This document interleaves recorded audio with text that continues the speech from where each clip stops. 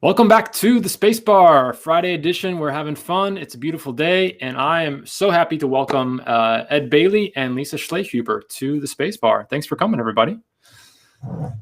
Glad to be here. Really happy to be here. Let's get after it.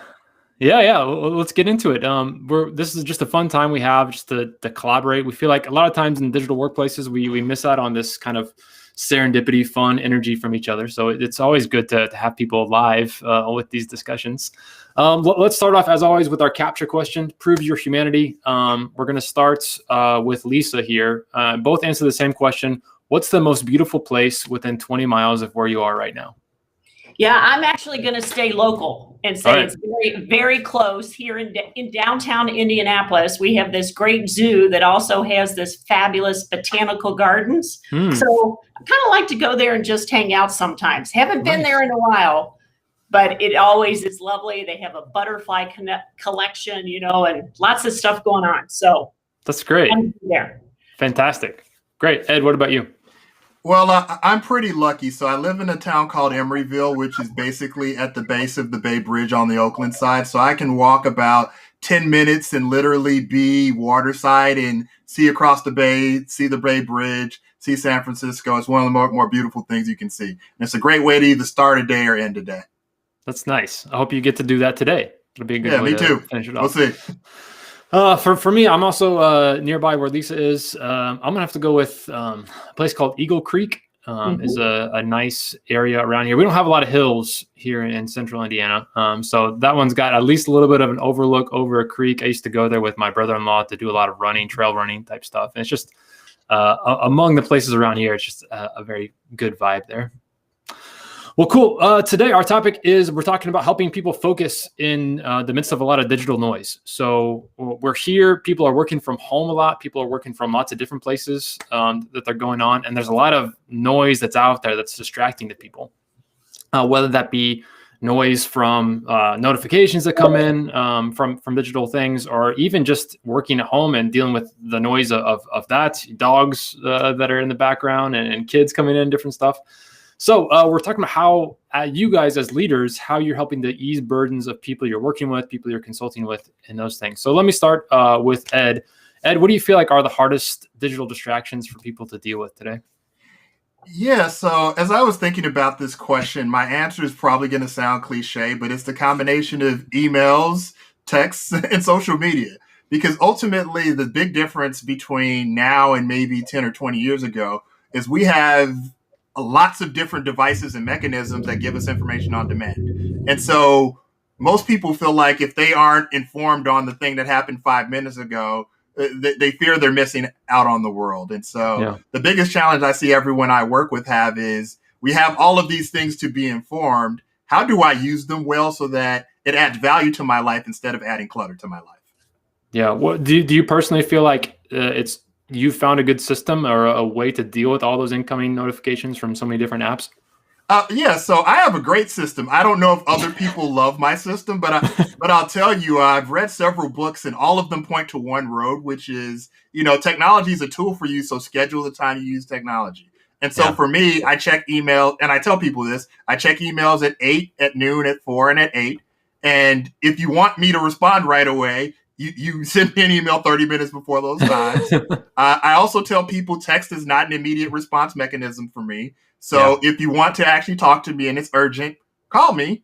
And I have 3 cell phones and you can hit each one of them in order. And by the time it gets to the third one, I always answer the third one. So that's sort of my system, is really to just set expectations with people and to check my electronics at certain points in the day and just communicate my style of how I deal with social media and life. And then, find people who are willing to work with me that way. That's great. Lisa, what about you? What do you experience? Yeah, I find myself actually nodding as Ed was talking through that, because that is it. And one of the bigger challenges from working remotely or from home is that you also have all those added gadgets, right? The Ring doorbell, Google, the Alexa, everything that's going off. So what I have found that I do is I actually turn off all the alerts. I do not allow any digital tool that I have to ping me during the day. And, I have debates on that with some of my people, because they're like, well, how do I know if that important email is out there, if it's not, if I can't set it up as an alert?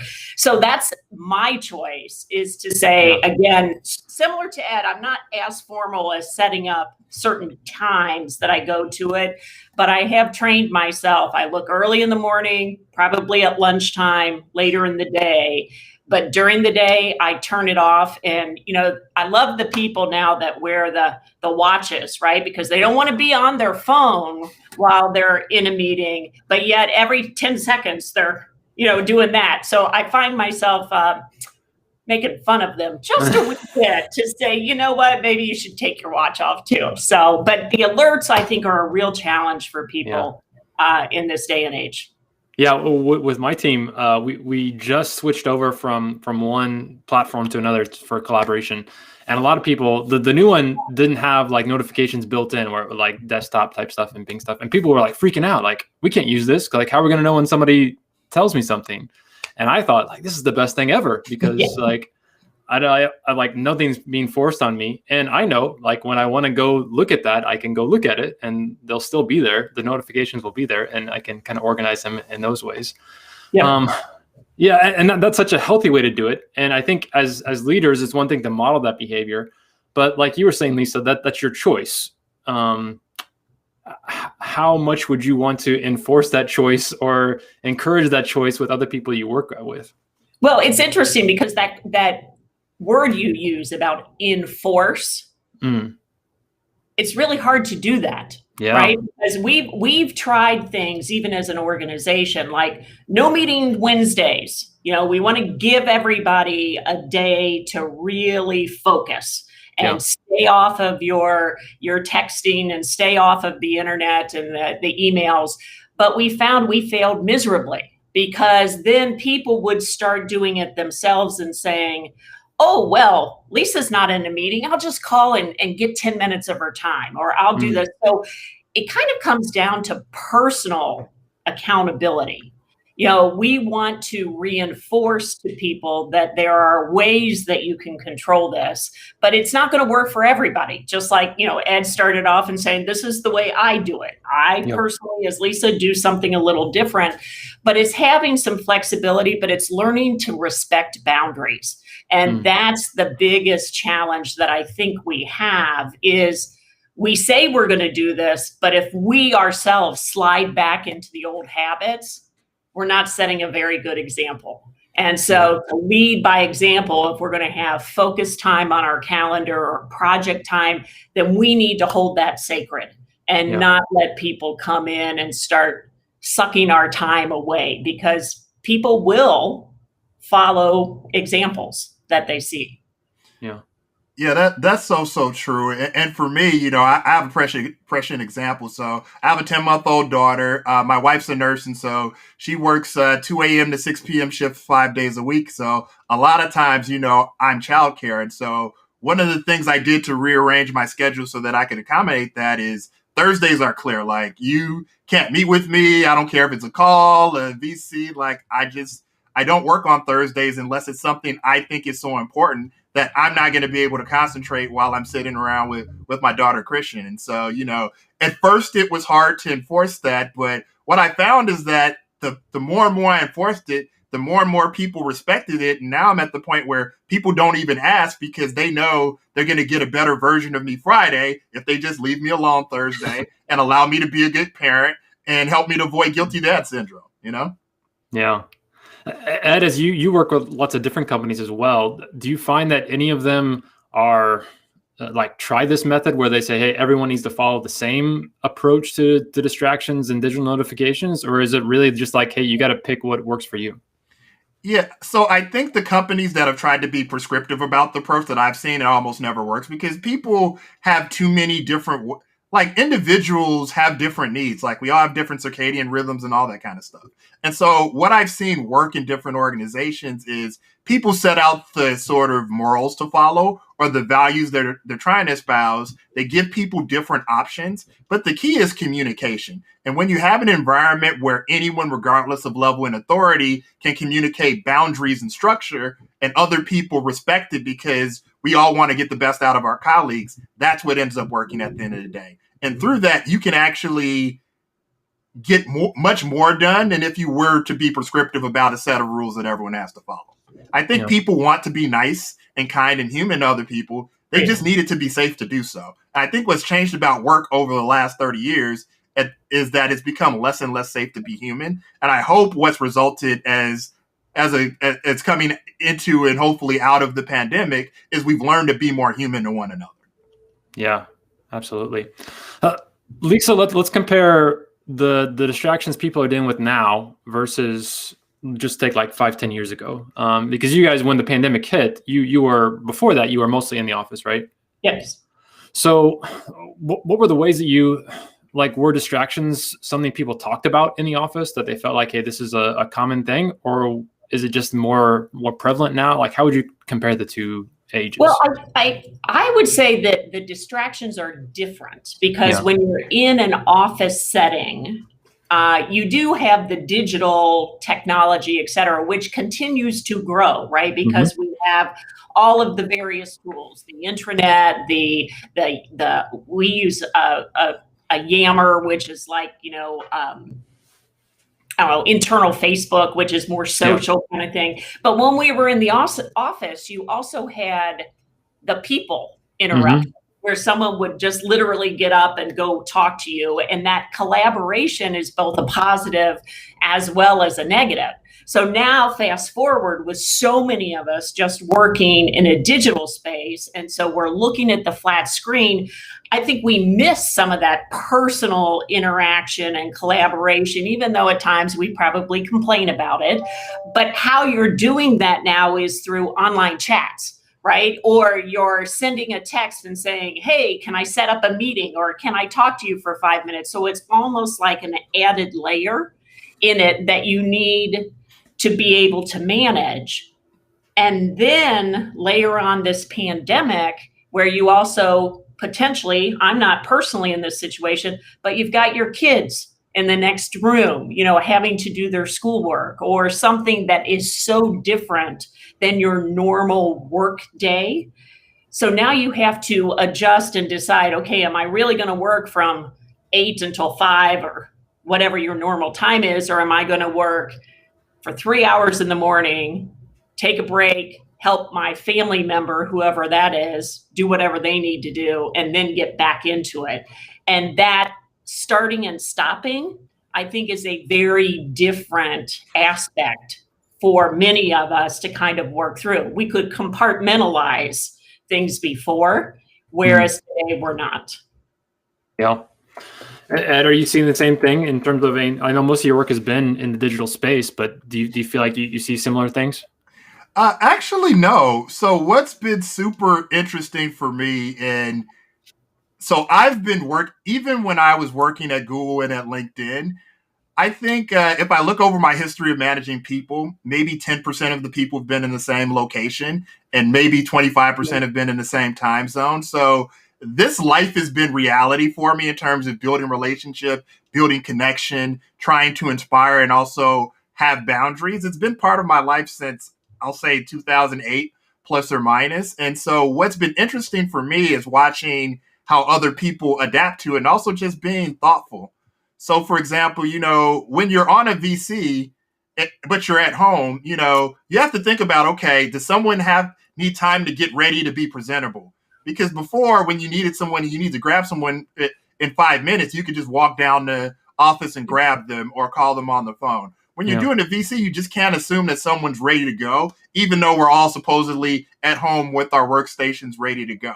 And so I think it forces you to really communicate and share what's meaningful and why, and make sure that the cost to get online is worthwhile. And I think that's something that people didn't take into account before, that you have to take account into now. But I think processing in that sort of way also allows you to build better connection, build better trust, and also make the most out of interaction opportunities instead of just assuming it's there and then using that to procrastinate or delay something that should have happened, a day or a week or a month ago. Yeah. Because access is easy and you can hit that magical button anytime. Yeah. Such a good point. Man, I'm wondering now, like, at what point, if you're working with somebody, they're on your team, would you feel like you needed to step in and like an intervention type thing? You see somebody that's just like, they're constantly looking at their watch, they're on their phone, they're pinging people all through the night. It seems like they're constantly like distracted. They're not there. Is there a point where you see somebody on your team or somebody you're working with, you'd be like, hey, let's talk about this? Like, what are some of those signals that would make you want to have that conversation? Lisa, let's start with you. Well, I'm kind of nodding just as you talk, and I think it was actually yesterday, Neil, I saw a little write-up from another one of your conversations just around mental health. Yeah. And when you look at that and think about some of the challenges that, or I'll just say challenges that we all have, because we have them in this environment, but they're just slightly different, right? So we can never truly understand what's going on with another individual unless we reach out and ask. And that's where I think there's a fine balance, as you don't call people out in a meeting. You don't want to embarrass them for any reason. But if you have built a good rapport with people, especially when you're doing these video calls, you can pick up on some of those nuances. If someone's appearance just really significantly changed, is their body language, is it significantly different? And reaching out because you care versus reaching out to reprimand something or someone is so important, because right now it is all about connection with people. And communication is key, because the other challenge that I do see in the digital space is you read a lot in between the lines. If you're getting text messages or you're getting emails and not having time to really talk it through, people start writing the stories in their own mind, and that can lead to misunderstanding. So the faster that we are willing, I think, to ask more questions and ask about someone in a caring way is very, very important. Yeah, I think that's a great point. Not just to assume that, hey, you look like you're overwhelmed with notifications, like stop that. But like, what's causing that? Like, what's driving you to feel the need to be like uber responsive to such a damaging extent, right? Yeah. Ed, what are your thoughts on this? Yeah, so mental health is the thing that's near and dear to my heart. I think it's so important, even before what we've gone through over the last year. It's been top of mind for me. Neil knows this, but I lost a sister to suicide in 2014. There's been lots of mental health challenges in my life and in my family's life. And so it's something I think I was on the early stage of thinking on in the work environment. But one of the things I integrated into my processes of communication is I normally start every call with, how can I help? And the reason that I do that is it creates the venue for someone to say, I'm not okay, or I'm stressed out, or I'm distracted. And I would much rather, if there's a person or group of people in that state, to be able to say that comfortably, not feel like there's any penalty for it, and say, well, this meeting isn't that important. We can do it tomorrow. We can do it the next day. Or if you just need 30 minutes to talk about the other things that are going on in your life, here's a safe space to do that. Let's get after that conversation so that when it's time to be productive, you're clear and your best version of self. And what I've also found is, in many cases in my life, if I've waited to the point where I see signals, it's actually too late. So what I built into my own calendar is check-in points for the 20 people I care about in my life the most, including my work colleagues, to just give them a call. And the call is really about, how are you doing? Are you okay? What's going on in life? What makes you happy? Is there anything I'm doing that's making your life harder? And I think, finding the humanity in everything that we're doing right now is just critically important to keep us all safe and sane, because everyone's struggling. And we aren't going to know other people's struggles because we don't get the physical and we don't get the in-person signals like we did before. But I would always say those signals are normally lagging indicators Let's work on finding leading indicators and dealing with those too. Very great. Well said, Ed. That's something that I've struggled with. Even like this past 2 weeks, I guess there was somebody on my team that I was kind of like frustrated with their performance. Like, all right, it's not going on well. I was wondering, like, how do I address this? Do I like be hard about it and like come on, it's like, hey, you got to do better. But through talking with them, there's someone that's mostly working from home, but it's a home setup where there's multiple generations around, a lot of other people, and a lot of people that come in and out and maybe don't know what kind of expectations. So he was just feeling a lot of pressure to be present with his family and other people that are there, but then also get work done, and just wasn't happening well. So through that, exploring, okay, we need to find some kind of co-working space that you can go to that's nearby, that's still safe for you to be. But like that, but like you said, not jumping into just assuming something's wrong. And Ed, your point about prevention rather than just waiting for the signals to come, that's great. Lisa, have you had similar experiences? I'm sitting here thinking that if you've got employees and even yourself on a given day, right? You're on any point of the spectrum. Yeah. And so now we as an organization are trying to figure out what is the real plan or the best plan for our organization to bring individuals back to the office. And I think I had mentioned to Neil before that we've remodeled our office during this pandemic, and that was our game plan, and it kind of worked out great having nobody in the office. Now we're going to have this fabulous new space that I'm guessing about 50% or more of my people won't ever want to come back into. So I personally have to get my head wrapped around of, that's okay. That's great. We have an area that when they want to come back, that's terrific. Over the last year, they've proven they can work remotely. But as I've been having conversations with people, it's truly from one end of the spectrum to the other. Those that are saying, Lisa, I hope I never see you in person again, to those that are saying, hey, I want to be back tomorrow, right? Yeah. And I'm never going to leave. So it's everything in between. So flexibility, I think, is really going to be key. And you have to couple that with understanding. And I would say for all of us, how we get better at asking those questions about really, how are you doing, is going to be so important, because it's easy just to throw those words out and just say, hey, how you doing today? And then move straight right into the next business conversation. But we need to stop and take time and make sure we are connecting with each other through whatever mechanism it is. Yeah, absolutely. Well, we're in the last 5 minutes of this call, so let's do our thing where you guys are going to ask each other a question. Ed, I'm going to ask you to go first and ask Lisa a question.